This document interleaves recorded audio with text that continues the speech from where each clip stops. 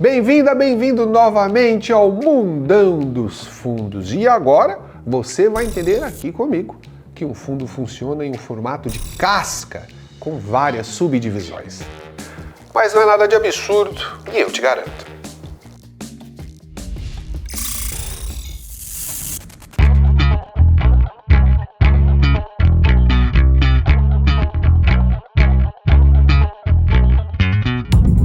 A indústria dos fundos de investimento melhorou muito com a Resolução CVM 175 de 2023, porque ela consolidou em um só documento as práticas para todas as categorias de fundos. Foi ela também que criou o conceito de classes e subclasses. Isso ficou muito legal, porque antes as administradoras tinham que montar vários fundos separados, às vezes por causa de pequenos detalhes, e isso aumentava os custos.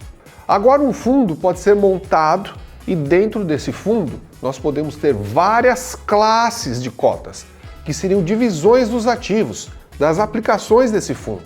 Só para dar um exemplo, um fundo de ações pode ter uma classe que invista em ações de pequenas empresas e uma outra classe que invista em ações de grandes empresas que estejam no Ibovespa. As classes então são como bolsos do fundo, de maneira bem simples para você entender. Mas é bom que você fique esperta e fique esperto para um detalhe. Cada classe tem direitos e obrigações diferentes, distintas, e o patrimônio de cada uma delas não se mistura de jeito nenhum. E outro detalhe também vale. Todas as classes, elas devem pertencer à mesma categoria do fundo. Por isso nós precisamos entender agora o conceito de categoria.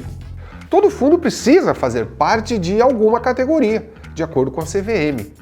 E esse é o primeiro guarda-chuvas do fundo, que é definido pela sua política de investimentos, ou seja, onde o fundo deverá investir o seu dinheiro.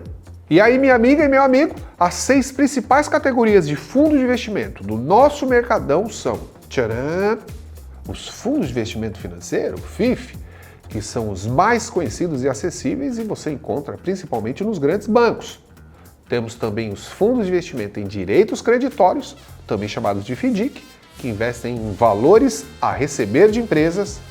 Temos os fundos de investimento imobiliário, os FIIs, que como você já deve ter ouvido, investem em imóveis. Temos os fundos de investimento em participações, os FIP, que compram participações em empresas. Os fundos de índice, também conhecidos como ETFs, que compram ativos para seguir o comportamento de um índice de mercado. E por último, os fundos previdenciários, que trabalham, obviamente, apenas com recursos de planos de previdência. Não precisa se preocupar ainda com todas essas categorias. Pode ser que nem todas sejam cobradas na sua certificação. No decorrer das aulas, se for necessário, aí sim você vai dominar aquelas que forem necessárias também. Bom, agora nós já podemos montar os nossos fundos, criando alguns exemplos, entendendo a sua mecânica. Para o primeiro, nós vamos começar com um fundo de renda fixa, que depois você também vai entender. Ele se encaixa na categoria de fundos de investimento financeiro. O nosso fundo vai se chamar MELV e ele será um fundo de investimento em renda fixa referenciado ao DI. Digamos que ele não terá qualquer divisão de classe e será destinado ao público em geral. Quando um fundo não possui divisão de classes, nós vamos chamá-lo simplesmente de fundo de classe única. Viu? Aqui não tem segredo. Um fundo, uma classe e todo o patrimônio do fundo está aplicado em títulos de renda fixa que seguem a taxa DI. Mas agora vamos com outro exemplo um pouco mais complexo. Vamos continuar com o mesmo fundo, o MELV, Fundo de Investimento Renda Fixa Referenciado DI. Só que agora nós vamos criar 2 classes para esse fundo, totalmente independentes uma da outra. Vamos chamar de classe A classe do fundo MELV que vai investir em títulos públicos federais. A outra classe, o outro bolso, a classe B, vai realizar os seus investimentos comprando cotas de outros fundos que apliquem seus recursos em títulos públicos federais. Foi isso mesmo que você ouviu. Alguns fundos de investimento podem aplicar os seus recursos apenas comprando cotas de outros fundos.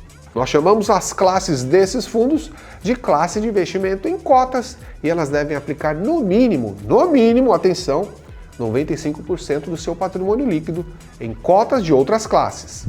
Bom, mas voltando ao nosso segundo fundo, você viu que nós criamos duas classes.